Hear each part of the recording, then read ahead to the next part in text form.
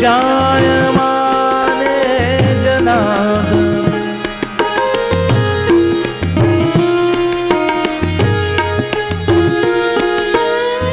निशीथे तमोद्भूते जायमाने जनार्दन। देवक्यां देवरूपिण्यां विष्णु सर्वगुहाशय।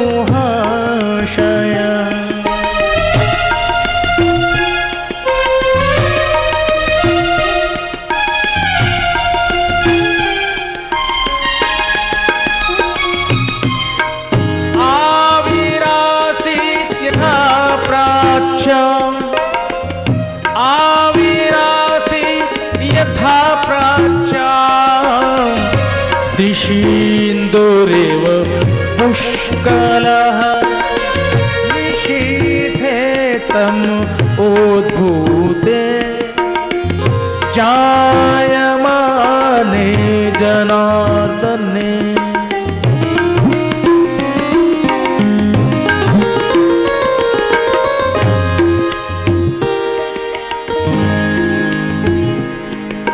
तमद्भुतं बालकमं भुजे क्षणम्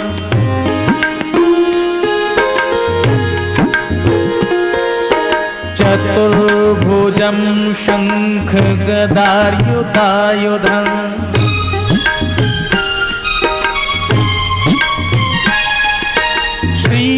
श्रीवत्सलक्ष्मं कलशोभिकौस्तुभम्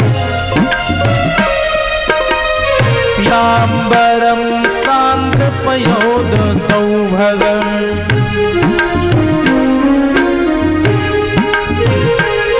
निशीथे तमोद्भूते जायमाने जनार्दने।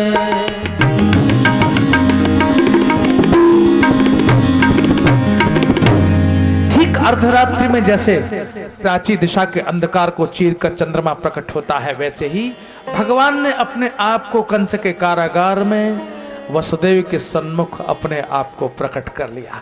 बोलिए श्री कृष्णचंद्र भगवान की।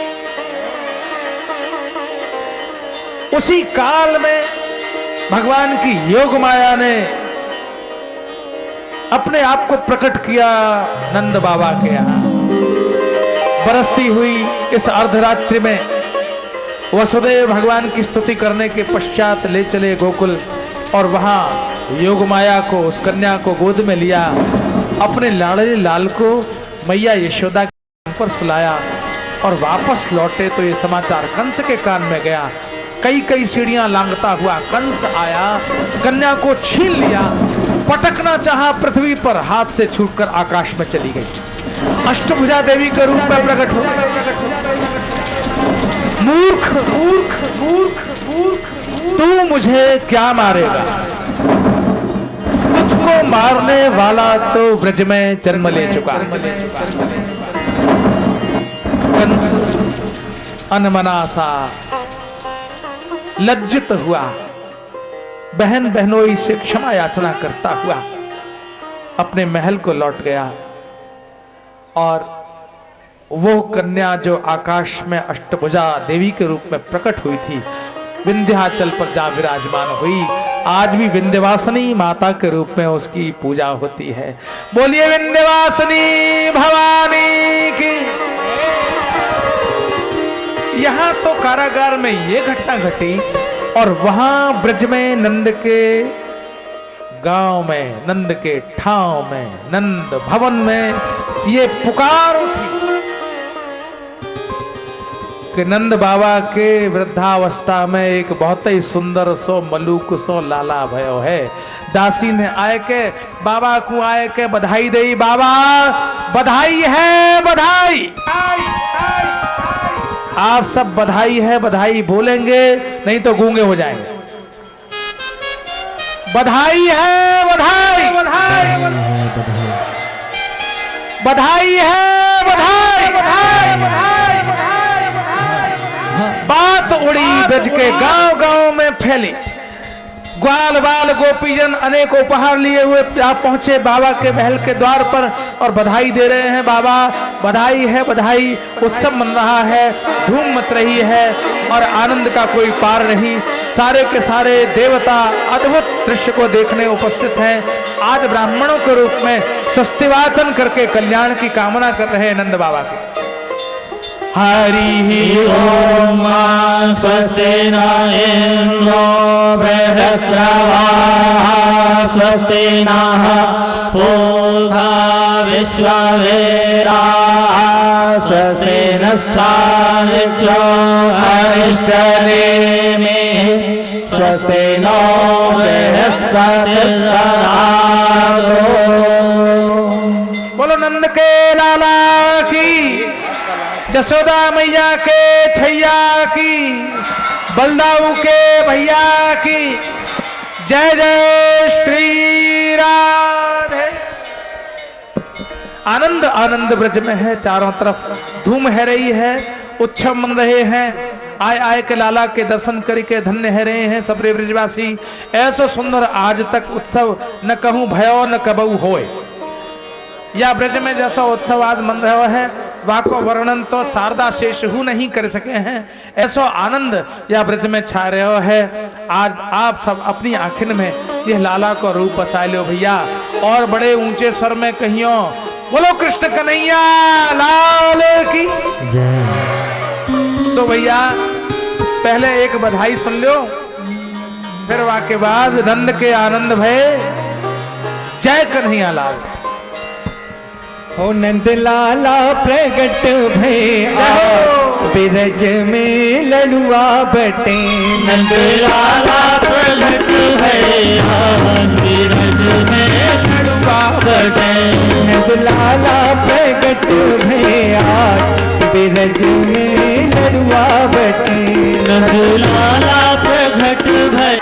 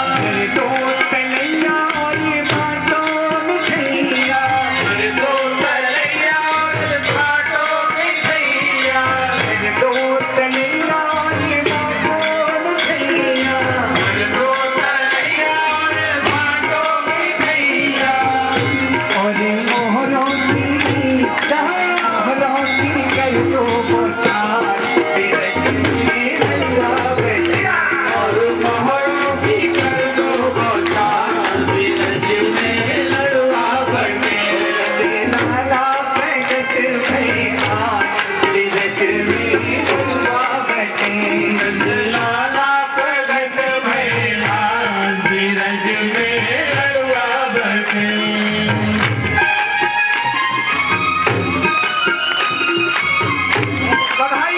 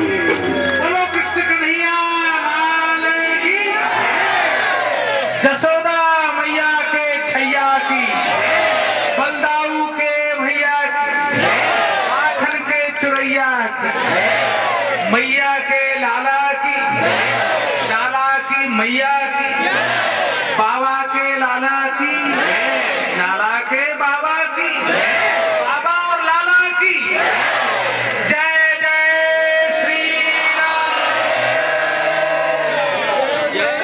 नंद के आनंद भय जय कन्हैया लाल की, नंद के आनंद जय कन्हैया लाल की, नंद के आनंद भय जय कन्हैया लाल की, दीदी लाल की, नंद के आनंद भय जय कन्हैया लाल की, नंद के आनंद भय जय कन्हैया लाल की। हाथी धीरे घोड़ा धीरे और धीरे पाल की, हाथी धीरे घोड़ा धीरे और धीरे पाल की, नंद के आनंद भय जय कन्हैया लाल की, नंद के आनंद भय जय कन्हैया लाल की, नंद के आनंद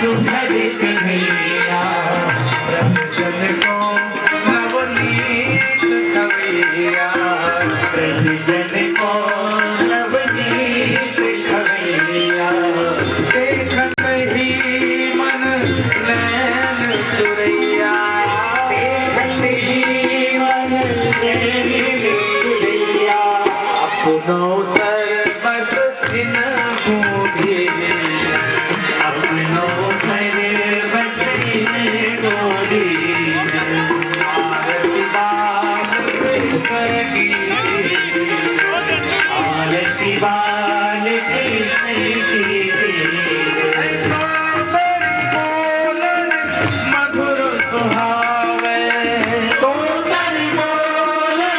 मधुर सुहावे सखन माते खेलत सुख पावे सखन माते खेलत सुख पावे सोई सुख की जो इन गुनावे सोई सुख की जो इन गुनावे अब इनको अपना करके अब इनको अपनो करके आरती बाल कृष्ण की आरती बाल कृष्ण की अपनो जन्म सफल कर दिए अपनो जन्म सफल कर दिए आरती बाल कृष्ण की आरती बाल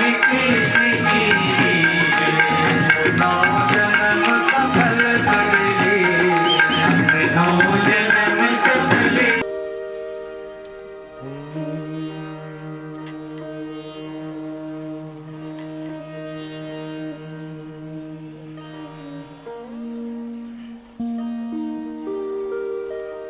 नमः परमहंसास्वादित चरण कमल चिन्मकरन्द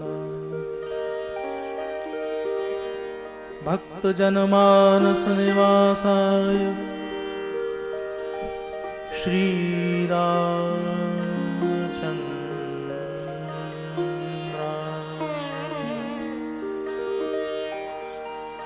नारायणं नमस्कृत्य नरं चैव नरोत्तमं देवीं सरस्वतीं व्यासं ततो जयमुदीरये सच्चिदानन्दरूपाय विश्वोत्पत्त्यादिहेतवे तापत्रयविनाशाय श्रीकृष्णाय वयं नुमः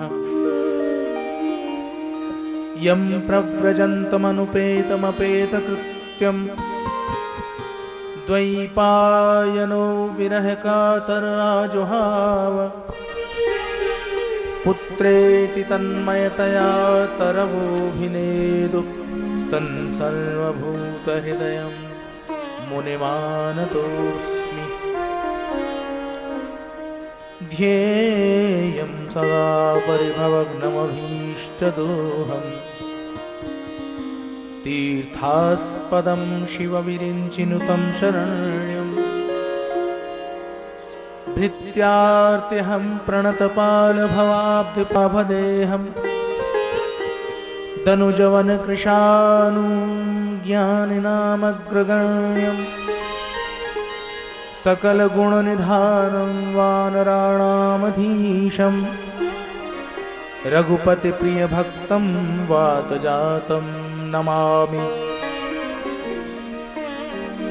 नीलाम्बुजश्यामलकोमलाङ्गं सीतासमारोपितवामभागं पाणौ महासायकचारुचापं नमामि रामं रघुवंशनाथं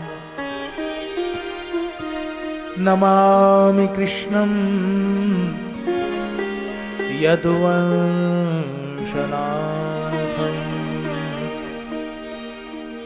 श्रीरामकृष्णाभ्यां नमः।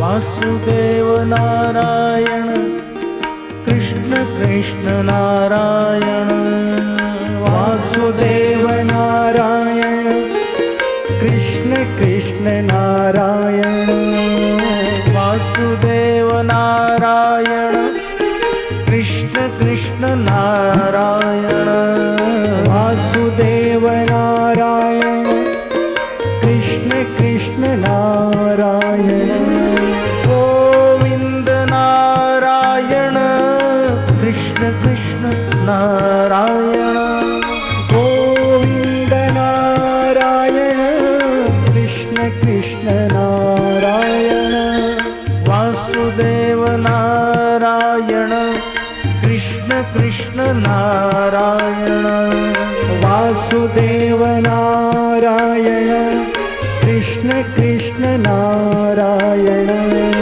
गोविंद नारायण कृष्ण कृष्ण नारायण गोविंद नारायण कृष्ण कृष्ण नारायण श्री कृष्ण गोविंद हरे मुरारे हे नाथ नारायण वासुदेवा श्री कृष्ण गोविंद हरे मुरारे हे नाथ नारायण वासुदेवा श्री कृष्ण गोविंद हरे मुरारे हे नाथ नारायण वासुदेवा श्री कृष्ण गोविंद हरे मुरारे हे नाथ नारायण वासुदेवा देवा।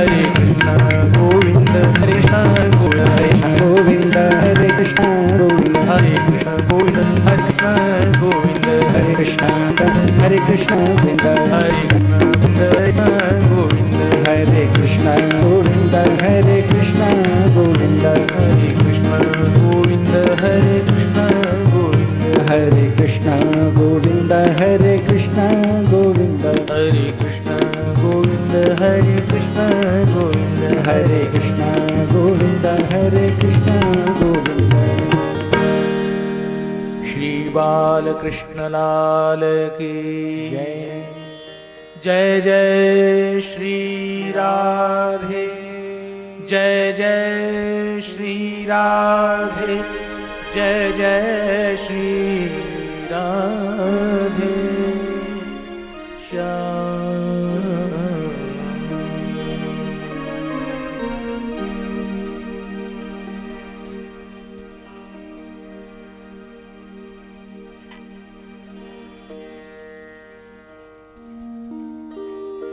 गोमती के तट पर नैमी क्षेत्र में उपस्थित शौनकादिक 88,000 ऋषियों के मध्य में विराजमान श्री सूत श्रीमद् भागवत महापुराण की कथा श्रवण करा रहे हैं।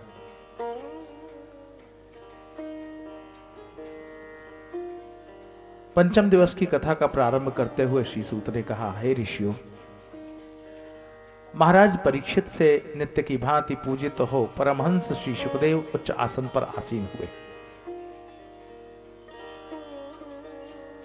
और तब श्री शुक ने भागवत महापुराण के कथा प्रकरण का प्रारंभ किया। श्री शुकदेव ने कहा, राजन, तुम पहले सुन चुके हो कि जो ब्रह्म अजन्मा है, अरूप है, अनाम है, अव्यक्त है, अप्रमेय है, अनंत है, निर्गुण है, निराकार है, वो ब्रह्म इस पृथ्वी पर धर्म की संस्थापना के लिए देवकी के गर्भ से प्रकट हुआ, किंतु जिस माता के गर्भ से वो प्रकट हुआ, वो माता अपने पुत्र को पालने का सुख नहीं भोग सकी। बालक का जन्म कहीं हुआ और उत्सव कहीं और मना। और तब कवियों ने कह दिया कि विधाता जिसको सुख देना चाहता है उसी को सुख देता है। विधि के हाथ में जो पहले से ही निश्चित हो चुका है वही होता है, चाहे ईश्वर ही अवतार क्यों न ले। देन चाहे करतार जिन्हें सुख, सो तो रहीम टरे नहीं टारे। बेटा भयो वसुदेव के धाम, और दुंदुभि बाजत नंद के द्वारे। पुत्र तो वसुदेव के यहां हुआ, लेकिन उत्सव नंद बाबा के यहां बना। तो यही विडंबना है, यही विधि का विधान है। जो विधाता लेख लिखता है उसको ईश्वर भी मानता है, क्योंकि ईश्वर के ही द्वारा इस जगत के नियम विधि विधान निर्मित हैं, और अपने ही बनाए नियम के अनुसार ईश्वर भी कर्म करता है, ईश्वर भी लीला करता है। तो उत्सव मना है गोकुल में।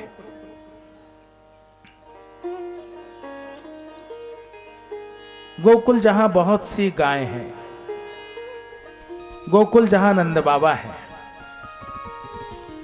गोकुल जहां यशोदा है, और प्रकारांतर से कहें तो गोकुल जो शरीर की इंद्रियां हैं, गो माने इंद्रियां, गोकुल जो शरीर की इंद्रियां हैं, गोकुल माने जहां भगवान का उत्सव मना। इन इंद्रियों के बीच में बैठा हुआ मन, वहां उत्सव कब मनेगा, वहां आनंद कब होगा? जब श्री कृष्ण का प्राकट्य होगा। मन में तो बैठा है संसार, तो मन के गोकुल में, मन की स्थिति में संसार बसा हुआ हो तो वहां आनंद नहीं मन सकता। इंद्रियों के मध्य में मन ही तो बैठा है। इस गोकुल के बीच में एक भवन है, नंद भवन, यानी यह मन। इसमें उत्सव कैसे मने? तो कहा श्री कृष्ण का वहां प्राकट्य होना चाहिए, श्री कृष्ण वहां पधारे, भगवान की वहां उपस्थिति होगी तब आनंद होगा, उससे पहले नहीं हो सकता। इंद्रियों के बीच में मन है और मन को चाहिए आनंद। हम चाहते हैं सांसारिक विषयों से, भोग से आनंद की प्राप्ति, किंतु विषय भोग के स्थान पर जब ईश्वर की स्थिति वहां होती है तो सच्चे अर्थों में वहां आनंदोत्सव मनता है। तब सब कहते हैं नंद के आनंद भय जय कन्हैया लाल की। तो आनंद तो तब हो सकता है, क्योंकि आनंद का कोई विपरीत शब्द नहीं है। सुख का दुख है, सुख का दुख है, अच्छे का बुरा है, दिन का रात्रि है, किंतु आनंद का उल्टा नहीं है। आनंद तो आनंद है, और सच्ची बात तो यह है कि अन्य स्थितियों में शब्दों की व्याख्या की जा सकती है, किंतु आनंद शब्द की व्याख्या नहीं हो सकती, क्योंकि आनंद है अनुभूति का विषय, वो निःशब्द है, उसके लिए कोई शब्द नहीं। आनंद अपने आप में एक शब्द है, आनंद अपने आप में एक पूर्ण है, आनंद का कोई पर्यायवाची नहीं, और इसलिए आनंद तो आनंद है। लोग कहते हैं आनंद है माने आनंद है। तो सांसारिक विषयों से, सांसारिक पदार्थों से, सांसारिक भोगों से सुख तो लिया जा सकता है, सुख तो ले सकते हैं, लेकिन सुख ले सकते हैं तो उसका विपरीत भी तो है। जिनसे हम सुख लेते हैं वही हमें दुख भी देते हैं, क्योंकि सुख का विपरीत भी है। लेकिन ईश्वर की अनुभूति से सुख नहीं, आनंद मिलता है, जिसका उल्टा नहीं। और इसलिए भारतीय भाषा का शब्दकोश यदि ठीक तरह देखा जाए तो बहुत से ऐसे शब्द हैं जिनको विश्व की किसी भी भाषा में अनुवाद नहीं किया जा सकता। We cannot translate it. आनंद को प्लेजर नहीं कह सकते।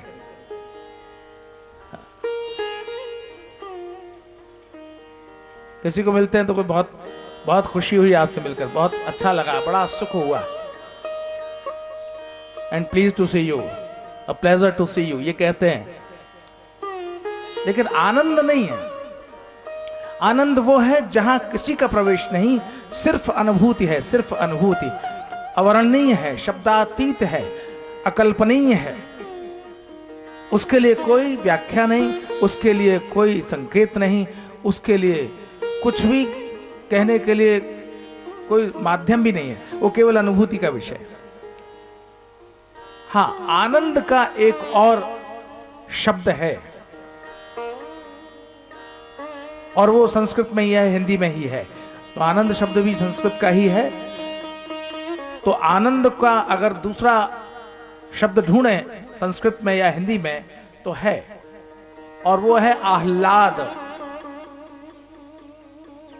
वो सुख नहीं है, बहुत आह्लाद हुआ, तो वो आनंद का एक दूसरा शब्द है, आह्लाद।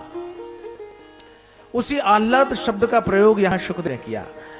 भगवान प्रकट हुए और गोकुल में आए। शुकदेव कहते हैं बहुत अच्छा हुआ, क्योंकि यहां अब तक सुख तो बहुत था लेकिन आह्लाद नहीं था, और नंद के यहां आह्लाद प्रकट हुआ। नंदस्त्वात्मज उत्पन्ने जाताह्लादो महामना।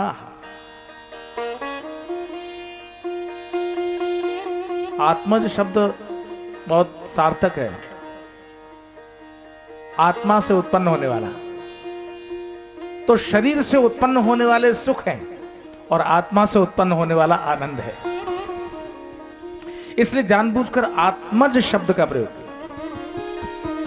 हर शब्द बोल, संस्कृत का प्रत्येक शब्द अपनी व्याख्या रखता है और अपने आप बोलता है, उसी में से उसका अर्थ निकलता है।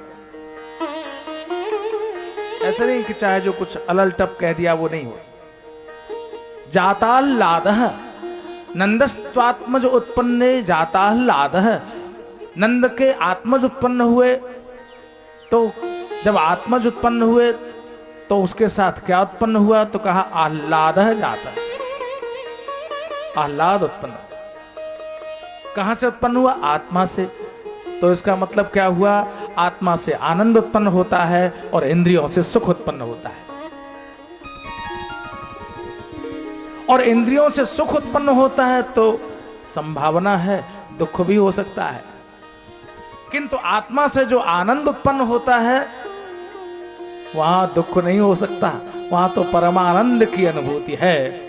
इसलिए ईश्वर के प्रकट होने पर ही आत्मा से उत्पन्न आनंद होता है, लेकिन संसार की स्थिति होने पर इंद्रियों से सुख उत्पन्न होता है, जिनसे दुख प्रकट होने की पूरी संभावना है। आप समझ गए? इसलिए मैं कहता हूं कि भागवत के सुनने में जरा एक ये भी एक कोण है, एक दृष्टिकोण है। आजकल भागवत हो रहे, गाना बजाना हो गया, भागवत बहुत बढ़िया हो गया, लेकिन थोड़ा बुद्धि का भी, थोड़ा चिंतन का भी, थोड़ा विचार परक भी प्रवेश होना चाहिए। एक ऐसी खिड़की से शास्त्र और पुराणों को झांकना जहां से शब्द एक पूरा इतिहास कह रहा है। हर शब्द से एक इतिहास प्रकट हो रहा है।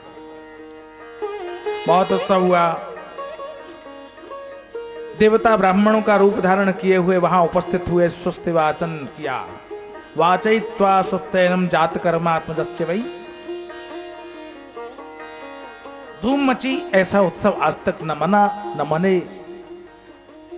गोकुल में उत्सव हुआ माने इंद्रियों में उत्सव हुआ, इंद्रियों में उत्सव हुआ माने आत्मा से आनंद आया, तब इंद्रियों में उत्सव हुआ।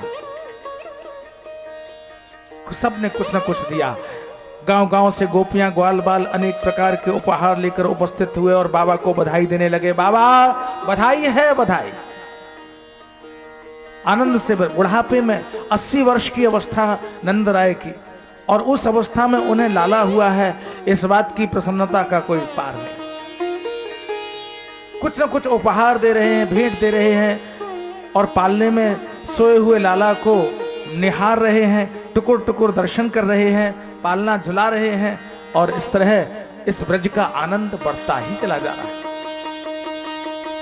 अद्भुत है ये उत्सव। ऐसा मना कि बाबा भूल गए कि मथुरा जाकर कंस राजा का कर चुकाना है।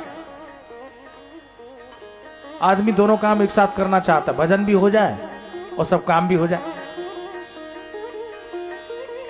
दो नाव पर चलता है, ये भी हो जाए वो भी हो जाए, दोनों काम निपट जाए। एक नहीं तो दो काज, लेकिन होता नहीं। एक ही काम एक बार में हो सकता है। जब दो काम में मन होगा तो वो पूरी तरह नहीं होगा। एक है साधे सब सधे, सब सधे और सब साधे सब जाए। एक को साध लो तो सब सधता है, और सबको साधेंगे तो हो सकता है सब चला जाए। तो प्रसन्नता की बात है। वृद्धावस्था में संतान हुई, इससे बड़ी प्रसन्नता किसी ब्रज के ग्वाल को और क्या हो सकती थी। बाबा के लाला हुआ है, उत्सव मनाते हुए ग्वाल बाल ऐसे डूब गए कि उन्हें तो क्या, नंद बाबा को भी ये भूल गया कि कंस का कर चुकाने मथुरा में जाना। एक ग्वाल ने आकर बाबा के कान में कहा, बाबा अरे कहा सोच रहे हो, उत्सव में डूबे रहोगे? कंस को कर चुकावे के ताई मथुरा जानो है, मथुरा। और भैया हम तो भूल गए, हमें नेकू ध्यान नहीं रहो। ऐसा उत्सव मनाओ, हमें ध्यान ही नहीं रहो। हाँ भैया ऐसा करो, तुम तो उत्सव मनाते रहो और मैं तो चले हो मथुरा, राजा को कर चुकाए के शीघ्र ही लौट के आ जाऊंगा। किंतु गोकुल की रक्षा का भार तो बाबा के मन में एक चिंता का विषय था। किसको सौंपूं? पता नहीं क्या उपद्रव हो जाए, क्या हो जाए। तो सुखदेव जी कहते हैं, गोपान गोकुल रक्षाया, गोपान गोकुल रक्षाया, निरूप्य मथुरा गतः।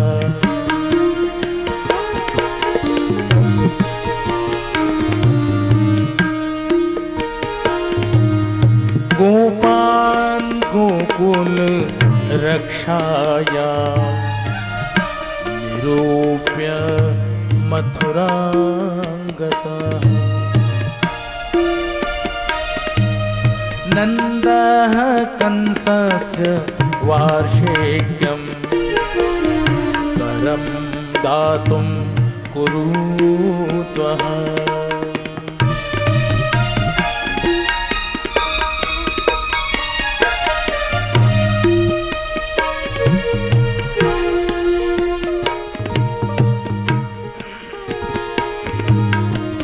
वसुदेव उपश्रुत्य, वसुदेव उपश्रुत्य भ्रातरं नन्दमागतम्।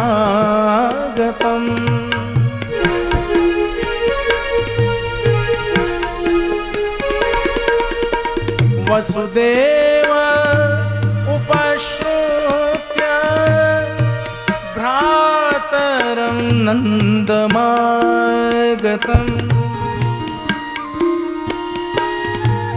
ज्ञात्वा दत्त करं राज्ञे, ज्ञात्वा दत्त करं राज्ञे, ययौ तदवमोचनम्।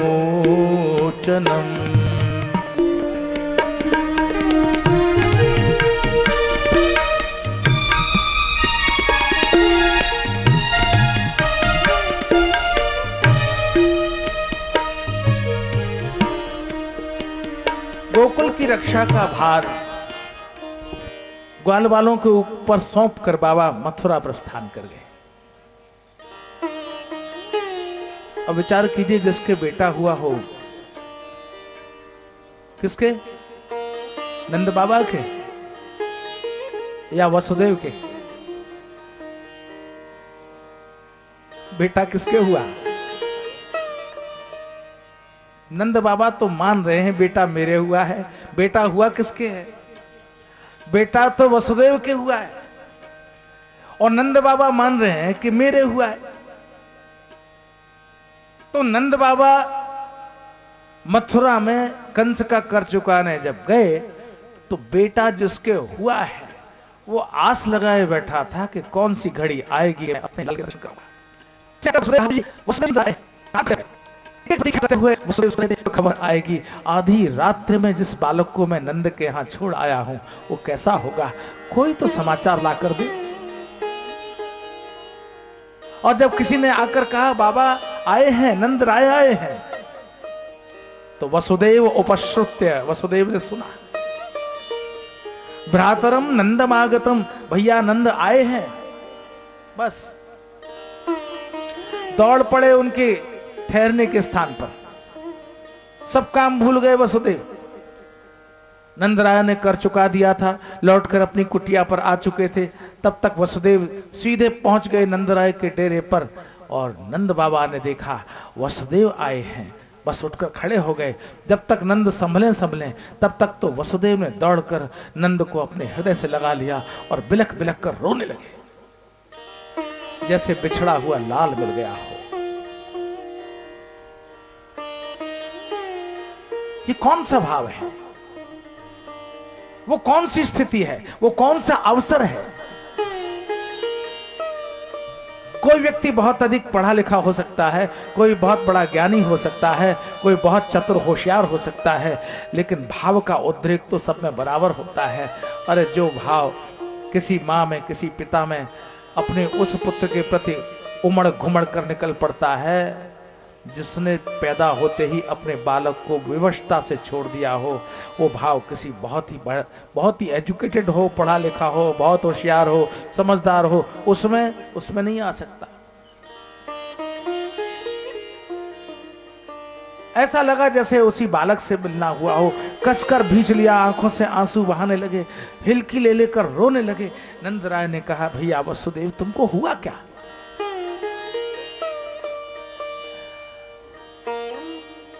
दो क्षण को दीर्घ निश्वास लिया। भैया नंद बहुत दिनों के बाद मिले हो ना? हाँ ये बताओ ब्रज का क्या समाचार है? गोकुल में सब कैसे हैं? और हाँ हमने सुना है कि तुम्हारे यहां इस वृद्धावस्था में एक छोटा सा बालक जन्मा है। जैसे ही वसुदेव ने ये कहा, वैसे ही नंदराय की आंखें उमड़ घुमड़ आई। हाँ भैया तुमने ठीक कही, ठीक कही, ऐसो बालक इतना सुंदर कि त्रैलोक्य में इतना सुंदर बालक काहू के नहीं होएगा। वाको तो रूप दर्शन करते ही रहवे को मन करे। जैसे ही वसुदेव ने अपने लाडले लाल की चर्चा सुनी, फिर आंखें भर आई। दीर्घ निश्वास छोड़ते हुए वसुदेव पूछ उठे वो कैसा है? क्योंकि अंधेरी रात के धुंधलके में अपने बालक के मुख का पूरी तरह दर्शन भी नहीं कर पाए थे। पूछ बैठे वसुदेव, नंद से पूछ बैठे भैया नंद यह तो बताओ वो बालक कैसा है? गोरा है कि काला है? नाक नक्श ठीक है? सुंदर है ना? हंसता है या रोता है? अरे भैया ऐसो सुंदर, ऐसो मलूक कि मैं कहा वर्णन करूं, वाके लिए तो कोई शब्द मिलेगा ही नहीं। और अजीर रोवे की कहावत, वो तो हंसता ही रहे, वाके दर्शन करो झट मुस्कान छेड़ दे है, वाकू तो देखते ही रहो, इतना सुंदर है। एक लंबी श्वास निकली वसुदेव की, आकाश की ओर देखा, हे विधाता वो कौन सा दिन होगा जब मैं अपने लाडले लाल को भर आंख देख सकूंगा? वो कौन सा दिन होगा जब मैं अपने बालक को अपनी गोद में ले सकूंगा? वो कौन सा दिन होगा जब मैं अपने पुत्र को अपने हृदय से लगाकर 2 पल अपने छाती को ठंडा कर पाऊंगा? भाव से भरे हुए नंद, भाव से भरे हुए वसुदेव, दोनों के मिलन की ये घड़ी अद्भुत, जो देखता वो देखता ही रहता। ऐसा अद्भुत नंद और वसुदेव का मिलन हुआ।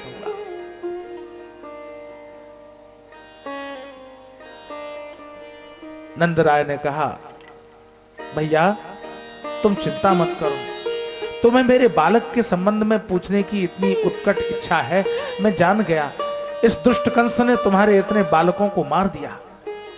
मैंने सुना है एक कन्या हुई थी, उसका भी वध इस कंस ने कर दिया। पर चिंता मत करियो, एक दिन मैं तुम्हें अपने बालक के दर्शन जरूर कराऊंगा। फिर वसुदेव की आंखें भर आई। हाँ, एक दिन जरूर आना चाहिए, एक दिन विधाता जरूर देखो कि मैं अपने बालक के दर्शन इन आखिरते कर पाऊंगा। वसुदेव कह उठे, नंद राय ज्यादा मत रुकना, ब्रज में उत्पात हो सकते हैं, कंस की क्रूर दृष्टि ब्रज पर लगी हुई है, कहीं कोई उपद्रव ना हो जाए, तुम शीघ्र ही ब्रज में लौट कर जाओ। नंदराय बोले, हाँ भैया, मेरा मन तो एक घड़ी के लिए नहीं लग रहे हो। अपने लाल को छोड़ के आए को मन ही नहीं हो, वो तो राजा को कर चुकाना हो, या ही सो यहां तक चले आए हो। मैं तो शीघ्र ही जाऊंगा। कैसी अपने लाल को फिर से देखने की लालसा जग गई है नंद में, लेकिन जिसका अपना बेटा है तो भला अपने लाल को कब देख पाएगा? ये तो वसुदेव के हृदय से कोई पूछे। आस, बस सिर्फ आस लगी है। इधर तो नंद राय मथुरा आए थे और उधर एक छोटी सी घटना घटी तो घटते घटते रह गई। कंस ने अपनी बहन पूतना को ब्रज में भेजा था, जाओ 10 दिवस के अंदर जन्म लेने वाले बालकों को मार डालो। कंसेन प्रहिता घोरा, कंसेन प्रहिता घोरा, पूतना बालघातिनी,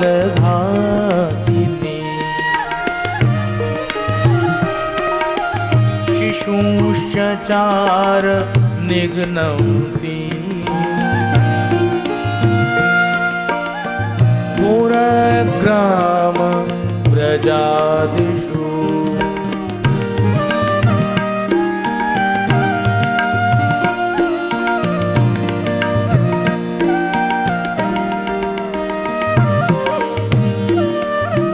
दुष्ट हृदया पूतना गोपी वेश धारण किए हुए ब्रज के गांव गांव में भी है, छोटे छोटे बालकों का वध करने की इच्छा से नंद भवन के पास पहुंची। एक पालने में भगवान विराजमान है। जैसे ही पूतना को आया हुआ जाना, वैसे ही भगवान ने आंख बंद कर ली। ओ, आ गई मुझे मारने के लिए। इसलिए सुखदेव ने यहां शब्द प्रयोग किया है, चराचरात्मा। भगवान कौन है? चराचर के आत्मा है, घट घट वासी है, सबके मन की जानते हैं। तो पूतना आ गई तो भगवान जान गए, लो आ गई मुझे मिटाने के लिए। बेबुध्यता माने उसको जान गए, माने यह जीव ऐसे ऐसे नाटक करता है, ऐसे ऐसे रूप धरता है, ऐसी ऐसी कलाबाजियां खेलता है कि कभी कभी ईश्वर को भी इस जीव को जानने के लिए कोशिश करनी पड़ती है। बनाया तो मैंने सीधा साधा था, लेकिन ये तो बड़ी चतुर निकला, बड़ी बुद्धि बड़ी टेढ़ी कर देता है, क्या क्या रूप बना लेता है। बनाया था निश्चल निष्कपट सहज सरल स्वभाव वाला, लेकिन ये तो बड़ा दुष्ट हृदय निकला। तो भगवान को भी उसे जानना पड़ता है। जान गए भगवान, आई है मुझे मारना।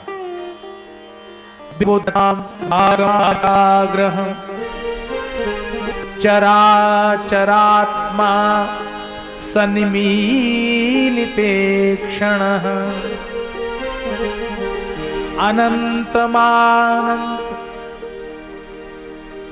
भगवान आज इसको आया हुआ जानकर इस सोच में पड़ गए कि मैं इसको अब कौन सी गति दूं, क्योंकि बनी हुई है ये अति सुंदरी गोपी और पिलाने आई है विष, जहर पिलाने है। तो अगर ये आई है तो मैं इसको कुछ अच्छी गति दूं या बुरी गति दूं, जैसा दुष्ट है वैसा दंड दूं या अच्छा दंड दूं। कोई बुरा करे तो अपने को तो अच्छा ही फल देना चाहिए। तो विबुध्यता जान गए भगवान।